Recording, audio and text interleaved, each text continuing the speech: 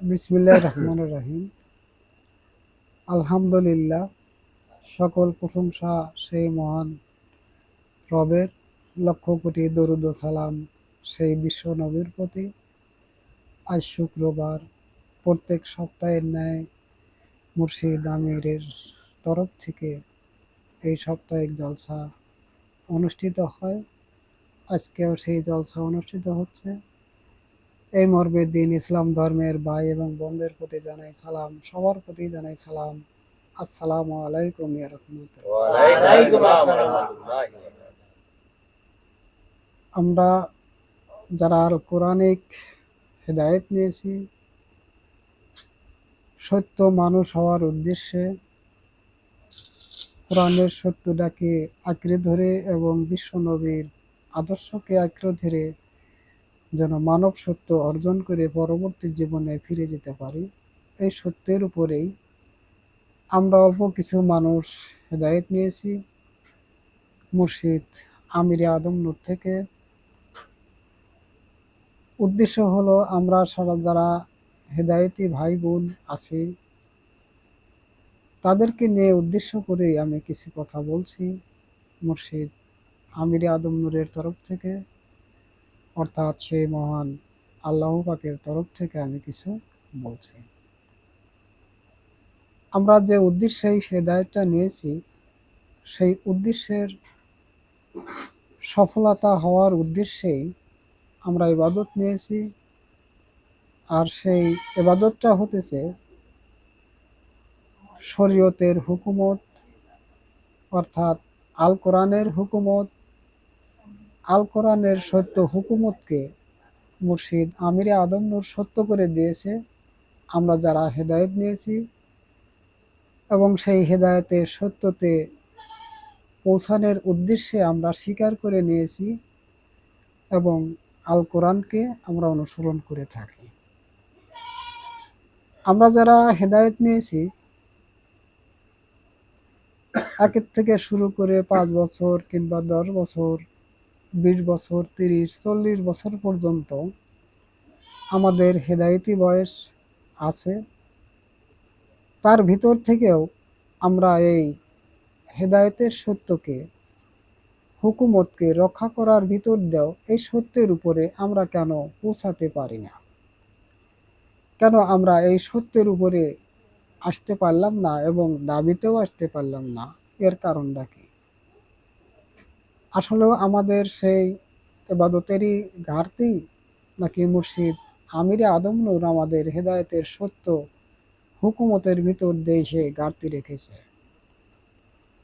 কিন্তু ইহা সত্য যে মুর্শিদ আমির আমাদেরকে যে কোরআনিক হেদায়েত দিয়েছে তার ভিতর দিয়ে কোনো কিছুর কমতি এবং ঘাটতি রাখেন নাই। অর্থাৎ কোরআন যে বলছে আমরা পূর্ণ ইসলাম, পুরোপুরি ইসলামে আমরা দাখিল হয়েছি, আর পুরোপুরি হুকুমতও আমাদের মুর্শিদ আমাদের সামনে প্রকাশ করেছেন। আর সেই হেদায়েতের সত্য যে শবে বরাত ঘটেছেন, সেই শবে বরাতের ভিতরে আমাকে যে কোরআনের যে আয়াত এবং কোরআনের যা সত্য তাহা আমাদেরকে পুঙ্খানুপুঙ্খানুরূপে আমাদেরকে প্রকাশ করে দিয়েছেন। আর সেই সত্য আয়াতগুলো আমরা অনুসরণ করে চলার জ্ঞান বুঝো আমরা নিজেরাও তৈরি করে নিয়েছি সেই মুর্শিদ থেকে। তারপরেও কেন আমরা এত সময়, এত বছর লেগে যায়, আমরা এই সত্যতে পৌঁছাতে পারি না? অবশ্যই এর ভিতরে অনেক কারণ আছে। আমরা কিছু মানুষ মনে করি হেদায়েত নেওয়ার পরে যে মুর্শিদ বলেছে আমরা যারা হেদায়েত নিয়েছি আমাদেরকে সাদা করে দেওয়া হয়েছে, পবিত্র জীবনে এনে খারাপ দাঁড় করা দেওয়া হয়েছে, যে তোমরা পবিত্র জীবনে তোমাদেরকে দাঁড় করালাম এবং সাদা মনের মানুষ এবং সাদা করে দেওয়া হলো। এই সাদা কাপড় কিংবা সাদা মানুষের ভিতর দিয়ে যদি তোমরা কৃতকর্মের দায় কোনো রকমের দাগ লাগাও, তাহলে অবশ্যই সাদা কাপড়ে যেমন কালির দাগ পড়বে, তেমনি তোমাদের অস্তিত্বের উপরে কর্ম দ্বারা কালির দাগ পড়ে যাবে। এটা শুধু আমাদের কর্মের দ্বারা। এবং ইবাদতের ভিতরে যদি আমরা সেই ভুল করে থাকি সেই ইবাদতের ভিতর দিয়েও আমাদের সেই কালির দাগ পড়ে যাবে। কখনোই সেই কালির দাগ আমরা মুছতে পারবো না যতক্ষণ পর্যন্ত সেই কালির দাগকে সমাধান না করব। আমরা যদি সেই সমাধা করে থাকি তাহলে অবশ্যই আল্লাহ পাকের কাছ থেকে আমরা ক্ষমা চেয়ে সেই কালির দাগকে সমাধা করে নিতে পারবো। আর অন্যথায় যদি আমরা সেই সমাধা না করে যে যা খুশি তাই করি, চলতে থাকি, ইবাদতও করতে থাকি, তারপরে আল্লাহ যা করে করবে, এটা হতেছে অবশ্যই আমাদের মূর্খতা। অবশ্যই এগুলো আমাদের মূর্খতা ছাড়া অন্য কিছু নয়। তো যাই হোক, আমরা যারা হেদায়েত নিয়েছি, কিছু মানুষ মনে করি যে আমরা পবিত্র জীবনেও তো দাঁড়াইছি, আমরা তো পবিত্র মানুষই। তো আমাদের মুর্শিদ পবিত্র করে দিল, আর আমরা মনে করলাম যে আমরা পবিত্রই হয়ে গেছি, আর আমাদের পবিত্রতা অর্জন করার কোনো প্রয়োজন নেই। এবং মুর্শিদ কথাও বলছে যে তোমরা সেই পবিত্র জীবনের ভিতর দিয়ে, কর্মের ভিতর দিয়ে, ইবাদতের ভিতর দিয়ে তোমরা সেই আদম নকচিওয়ালা হতে পারবে এবং আদম রব্বিওয়ালাও হতে পারবে। আমরা কিছু সময় এবং কিছু দিন পরে আসা হেদায়েতের পর থেকে আমরা নিজেরাও পবিত্রতার দাবি করি, আবার অন্যদিকে আমরা আদম নফসি আলার দাবি করি, আদম রব্বি আলার দাবি করি, কিন্তু আসলে এই সত্যটাও আমাদের কাছে জানা নেই। আমরা যে নফসি আলা হয়ে গেছি, আদম নফসি আলা কি আদম রব্বি আলা হয়ে গেছি, আদম নূরের সন্তান হয়ে গেছি, এই কথাটা মুর্শিদ আমিরে আদম নূর প্রকাশ করেছেন যেই সত্যতে তোমরা পৌঁছাতে পারবা। কিন্তু আসলে এই সত্যে প্রকাশ যখন করেছে, কিন্তু আমরা সেই কর্মে এবং ইবাদতের দ্বারা সেই সত্যকে প্রতিফলন কখনোই করি নাই। যখনই আমরা সেই প্রতিফলনে না যাই, তখনই আমরা এটা বুঝে থাকি যে মুর্শিদ তো এই কথাটাই বলেছে, তাই আমরা আদম নফসি আলা আদম রব্বি আলা হয়ে গেছি। তো আমাদের আজ পরিণতি এরকমই হয়ে গেছে, কারণ আমাদের সেই পরীক্ষা নেই। যেমন কোরআনের আয়াতে আছে যে আমি বিনা পরীক্ষায় মুমিনের সার্টিফিকেট দেই না। তোমরা মুমিন বললেই হয়ে গেছে, আমি সেই পরীক্ষা না নেওয়া পর্যন্ত মুমিনত্বর ঘোষণা দেই না, আমি আল্লাহ তাকে ঘোষণা দেই না। তোমরা ইমানের দাবি করলেই সেই ইমান আল্লাহ হয়ে গেছাও, না, কখনোই সম্ভব না। বিনা পরীক্ষায় কেউ ইমানের সার্টিফিকেট পাবে না, আল্লাহ পাক পরীক্ষার দ্বারা তার সার্টিফিকেট দেবে। তাহলে কোরআনের যে সত্যটা রয়ে গেছে যে তোমরা মুসলমান দাবি করলেই বলে মুসলমান হয়ে গেল, সেই মুসলমানের সত্য পরীক্ষা অবশ্যই আল্লাহ পাক নেবেন, তারপরে সেই মুসলমানের ঘোষণা দিবেন। এর আগ পর্যন্ত কেউ মুসলমানের দাবিতে এবং ইমানদারের দাবিতে এবং মুমিনের দাবিতে কেউ আসতে পারবে না, যতক্ষণ পর্যন্ত সেই পরীক্ষায় উত্তীর্ণ না হবে। তো অতএব আমরা যে ধর্ম নিয়েছি মুর্শিদ আমিরে আদম নূর থেকে, মুর্শিদ বলল যে তোমরা আদম নফসি আলা আদম রব্বি আলা হয়ে যাবে, আর আমরা সেই কর্ম সমাধান না করে সেই সত্যে না পৌঁছেই আমরা এই দাবিতে এসে দাঁড়াইছি। কিন্তু অবশ্যই এটা সত্য, যেমন কোরআনে আছে যে আল্লাহ পাক সেই পরীক্ষা নেবে, তেমনি তেমনি অনুরূপ সেই কোরআনের সত্য যারা অর্জনকারী এবং কোরআনের সত্যকে যারা অনুসরণ করে সেই সত্যের উপরে পৌঁছাবে, এবং মুর্শিদ আমিরে আদম নূরের হেদায়েতের সত্যের উপরে যারা সত্য রূপে পৌঁছায় যাবে, সেই অবশ্যই এই পরীক্ষার সম্মুখীন তাদেরকে অবশ্যই করবে। কারণ তুমি সেই কিভাবে আদম নফসি আলা হইলে এবং কিভাবে আদম রব আলা হলে, কিভাবে আদম দিন আলা হয়ে, এর পরীক্ষা না দেওয়া পর্যন্ত কখনোই তুমি ছাড় পাবা না। কারণ মুর্শিদ আমির সেই সন্তানকেই জন্ম দিয়ে গেছে, সেই সন্তানই সেই সত্যের উপরে যখন পৌঁছা যাবে, তখন অবশ্যই সেই সন্তানই তার পরীক্ষা নেবে। অর্থাৎ এক ভাইয়ের পরীক্ষা আর এক ভাই নিতে পারে যদি সেই ভাই সত্যের উপরে পৌঁছাইতে পারে আর সেই সত্যটা ধরতে পারে। তাহলে এরা আপনারা মনে রাখেন যে অবশ্যই আপনি যে দাবি করেন, যে সত্যের উপরেই যাবেন, অবশ্যই সেই সত্যের পরিচয় এবং সেই সত্যের পরীক্ষা অবশ্যই দিতে হবে। আর পরীক্ষা না দেওয়া পর্যন্ত কখনোই মুর্শিদ আমিরের ছাত্র কখনোই ছেড়ে দিবে না, আমাকেও ছেড়ে দিবে না এবং আপনাকেও ছেড়ে দিবে না। ইহা সত্য। তো আমরা যারা ইবাদত নিয়েছি, ধর্ম নিয়েছি, এরা হচ্ছে সরার হুকুমত, এই কোরআনের হুকুম সত্য হতেছে কোরআনের হুকুমত, আর এই কোরআনের হুকুমতটাই হতেছে সরার হুকুমত। আর এই শরীয়তের হুকুমতকে সত্য করে দিয়েছে মুর্শিদ আমিরে আদম নূর, সেটাও সরার হুকুমত। আর এই সরার হুকুমতের ভিতরে যে আমাদের যে হুকুমতগুলো আছে, সেই হুকুমতটা পালনের ভিতর দিয়ে আমার সেই মালিক এবং আমার সেই রব এই সরার হুকুমতের সত্য আমরা কখন কোন সময় কিভাবে আমরা সেই হকের হুকুমতগুলো অর্থাৎ সরার হুকুমতগুলো তার কাছে জমা দিয়েছি। আমরা কে দিয়েছি? আমাদের আজ পর্যন্ত এই সালাতের ইবাদতের সত্যই আমাদের হলো না। আমরা যে রুকু সিজদা করছি সেই রুকু সিজদার সত্যটাই আমরা অর্জন করতে পারলাম না। আমরা যে ফরজ সুন্নতের ইবাদত করি সেই ফরজ সুন্নতের ইবাদতের সত্যটাই আমরা আজ পর্যন্ত পৌঁছাতে পারলাম না। আমরা যে সিয়াম সাধনা করি সেই সিয়াম সাধনার সত্যটাই আমরা পৌঁছাতে পারলাম না।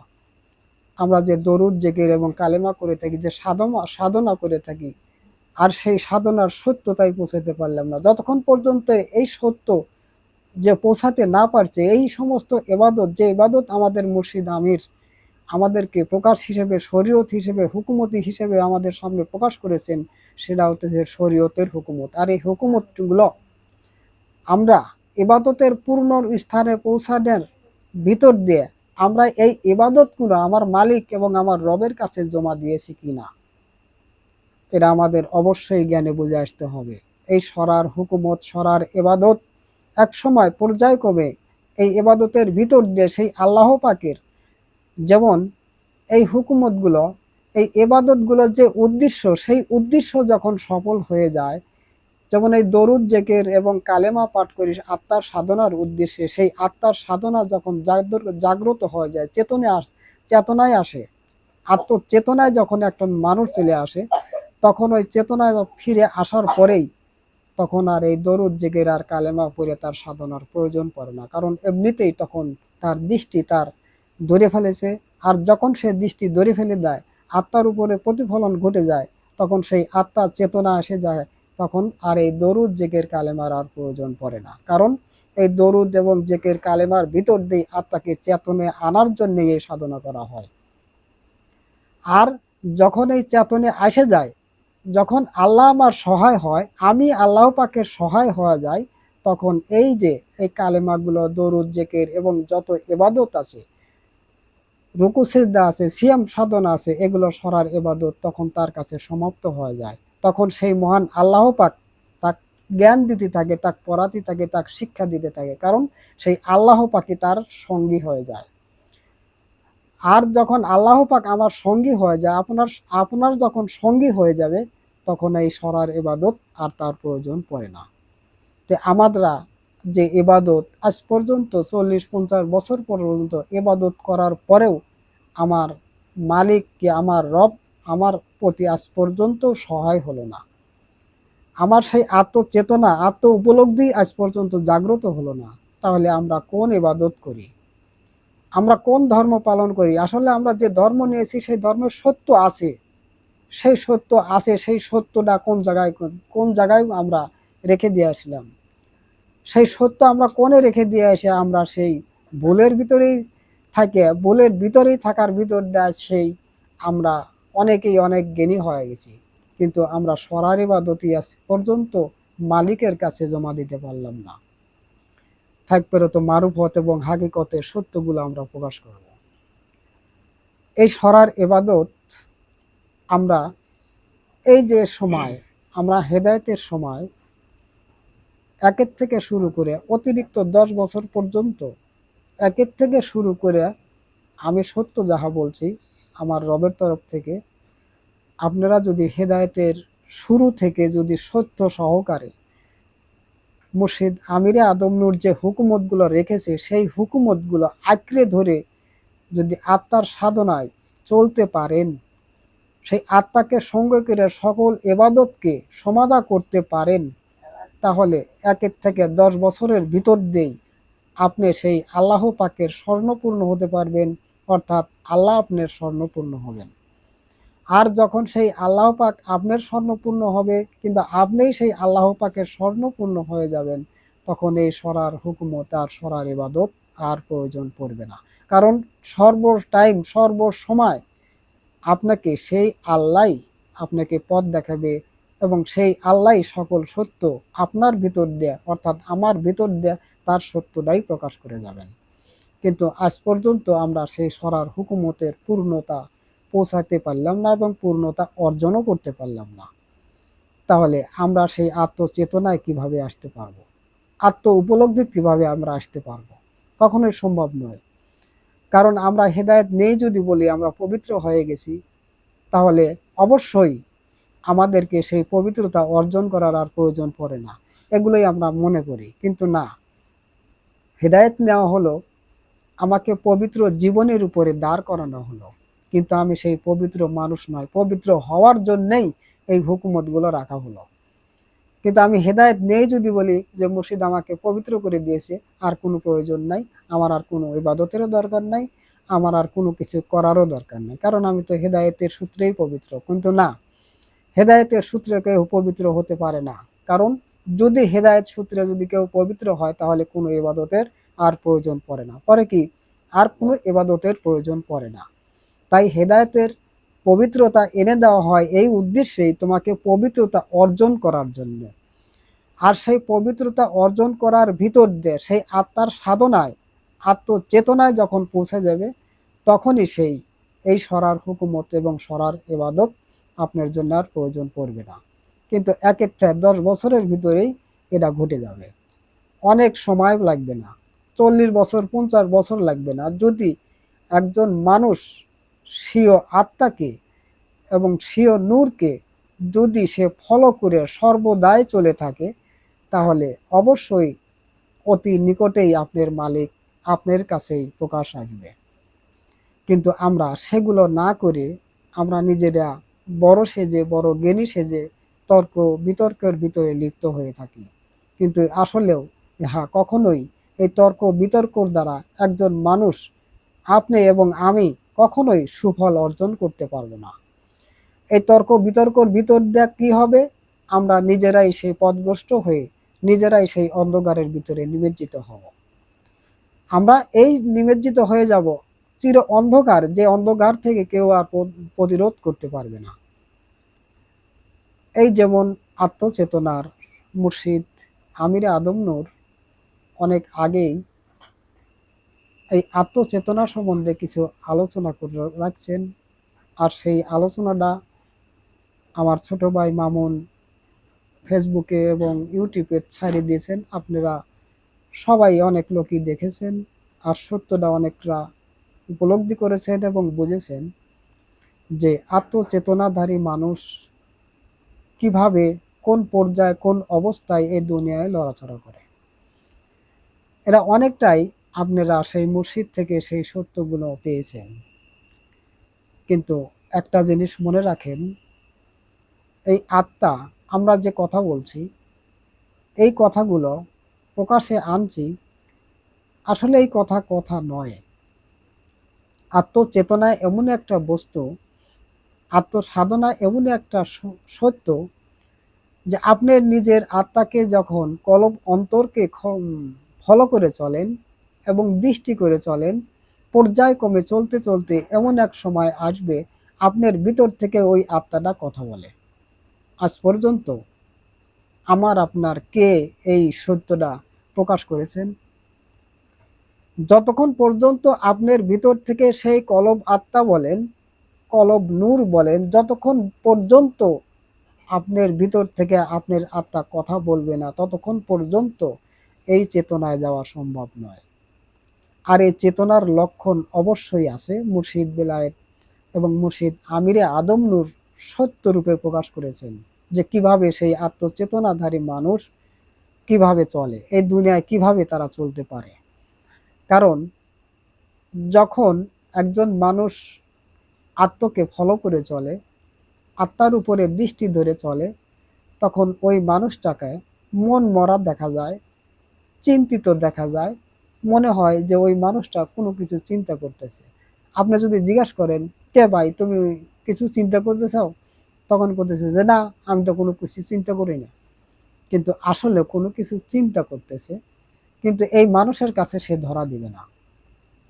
এই মানুষের কাছে সে ধরা দিবে না যে আমি কি চিন্তা করতেছি। আর এই চিন্তা চেতনায় যখন একজন মানুষ পর্যায়ক্রমে একের থেকে 1 মাস, 2 মাস, 6 মাস, 1 বছর, 2 বছর যদি চলে। মুর্শিদ আমিরে আদম নূর একটা কথা বলছেন যে কতদিন তোমার রব এবং কতদিন তোমার মালিক তোমাকে ফাঁকি দিয়ে চলবে, কতদিন তোমার অন্তর কি, কতদিন তোমার সেই কলব অন্তর কলব আত্মা তোমাকে ফাঁকি দিয়ে চলবে। তুমি সেই আত্মার উপরে স্বর্ণপূর্ণ হও, অবশ্যই সেই আত্মা তোমার কাছে এক সময় ধরা দিবে। কিন্তু আমরা কতটুকুন সেই আত্মার প্রতি স্বর্ণপূর্ণ হয়ে থাকি? আমাদের হিংসা নিন্দা নিয়েই ব্যস্ত। আমরা সেই মুর্শিদ আমিরে আদম নূর যে কথাগুলো বলছে সেই কথাগুলো প্রকাশ করা নিয়েই ব্যস্ত। আমরা সেই মুর্শিদ আমিরের যে লেখা বই পুস্তক কিতাবাদি সেই কিতাবাদির জ্ঞান দিয়েই আমরা ব্যস্ত, কিন্তু আমরা নিজেরা কখনো জ্ঞানী হব? তবে ইহা সত্য জেনে রাখেন, যদি মুর্শিদ আমিরে আদম নূর বলে যে তুমি যা প্রকাশ করছো ওহা আমার বক্তব্য এবং আমার জ্ঞান, এবং তুমি যা প্রকাশ করছো তাহা আমার কিতাব লেখার জ্ঞান, তোমার কি জ্ঞান আছে? তুমি কোন জ্ঞান অর্জন করলে? তুমি কোন সত্য অর্জন করলে? তো মুর্শিদের সত্য দিয়ে কি আমি সত্য হতে পারবো? কখনোই সম্ভব না। মুর্শিদ যে সত্য আমাকে অর্জন করে দিল, অর্জন করতে বলল, অর্জন করার হুকুমত দিয়েছে, সেই সত্যগুলো যদি আমি হুকুমতের ভিতর দিয়ে ইবাদতের ভিতর দিয়ে যদি সেই সত্যতে পৌঁছাতে না পারি, তাহলে মুর্শিদের সত্য আমি কখনোই প্রকাশে আনতে পারবো না। কারণ মুর্শিদ আমাদেরকে আপনাদেরকে যে সত্যটা দিয়েছেন হুকুমতি ভাবে ইবাদতের ভিতর দিয়ে, সেই সত্যকে যদি আমি লালন পালন করার ভিতর দিয়ে ইবাদতের ভিতর দিয়ে সেই সত্যের উপরে যখন পৌঁছাতে পারবো, তখনই সেই মুর্শিদ আমিরের সত্যটা আমি প্রকাশ করতে পারবো। অন্যথায় কেউই এই সত্যটা প্রকাশ করতে পারবে না।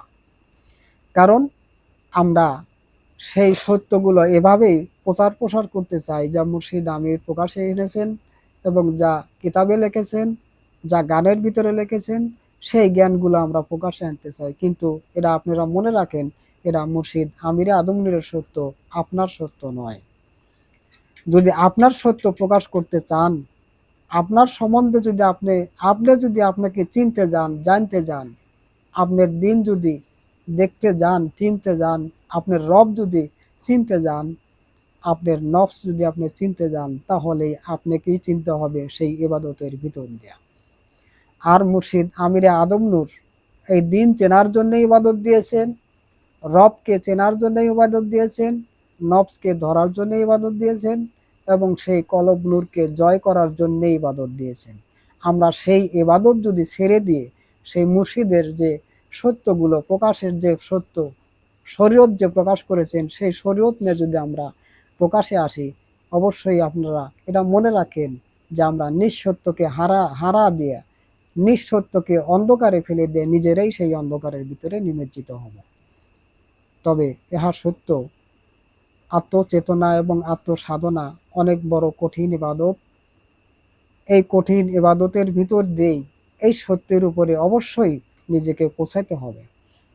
কারণ এই মানব অস্তিত্বর ভিতরে এবং মানব দেহের জন্যে যে জীবন, যে আত্মা এবং যে কলব নূরকে বলা হয়েছে, সেই সর্বশ্রেষ্ঠ নূর এবং সর্বশ্রেষ্ঠ আত্মাকে জাগ্রত যতক্ষণ পর্যন্ত আমরা না করতে পারবো, ততক্ষণ পর্যন্ত আল্লাহর সৃজন এবং সৃষ্টির কোনো কিছুই সত্য আমাদের জ্ঞানে বুঝে আসবে না, এবং আমার অস্তিত্ব সম্বন্ধে কোনো জ্ঞান বুঝে আসবে না, এবং আমি সেই মুর্শিদ থেকে যে সত্যগুলো নিয়েছি সেই সত্যগুলো আমাদের কোনো জ্ঞানে বুঝবে আসবে না।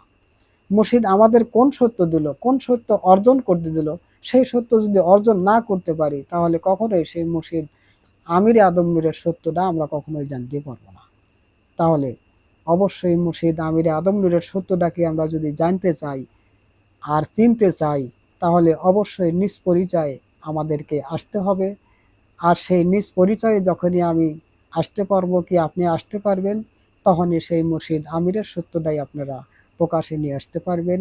অন্যথায় কেহই কোনো সত্য প্রকাশে আনতে পারবেন না।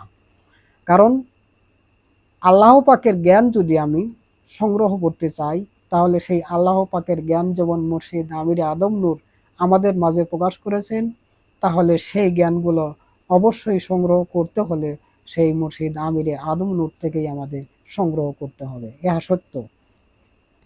আমরা যদি সেই আদম শফিউল্লাহ নূরের জ্ঞানকে সংগ্রহ করতে চাই, জ্ঞানকে সংগ্রহ করতে চাই, তাই সেই নূর যে মুর্শিদ আমিরে আদম নূর অর্জন করে আমাদের মাঝে প্রকাশ করেছেন, আমরা সেই সত্যের উপরে হেদায়েত নিয়েছি।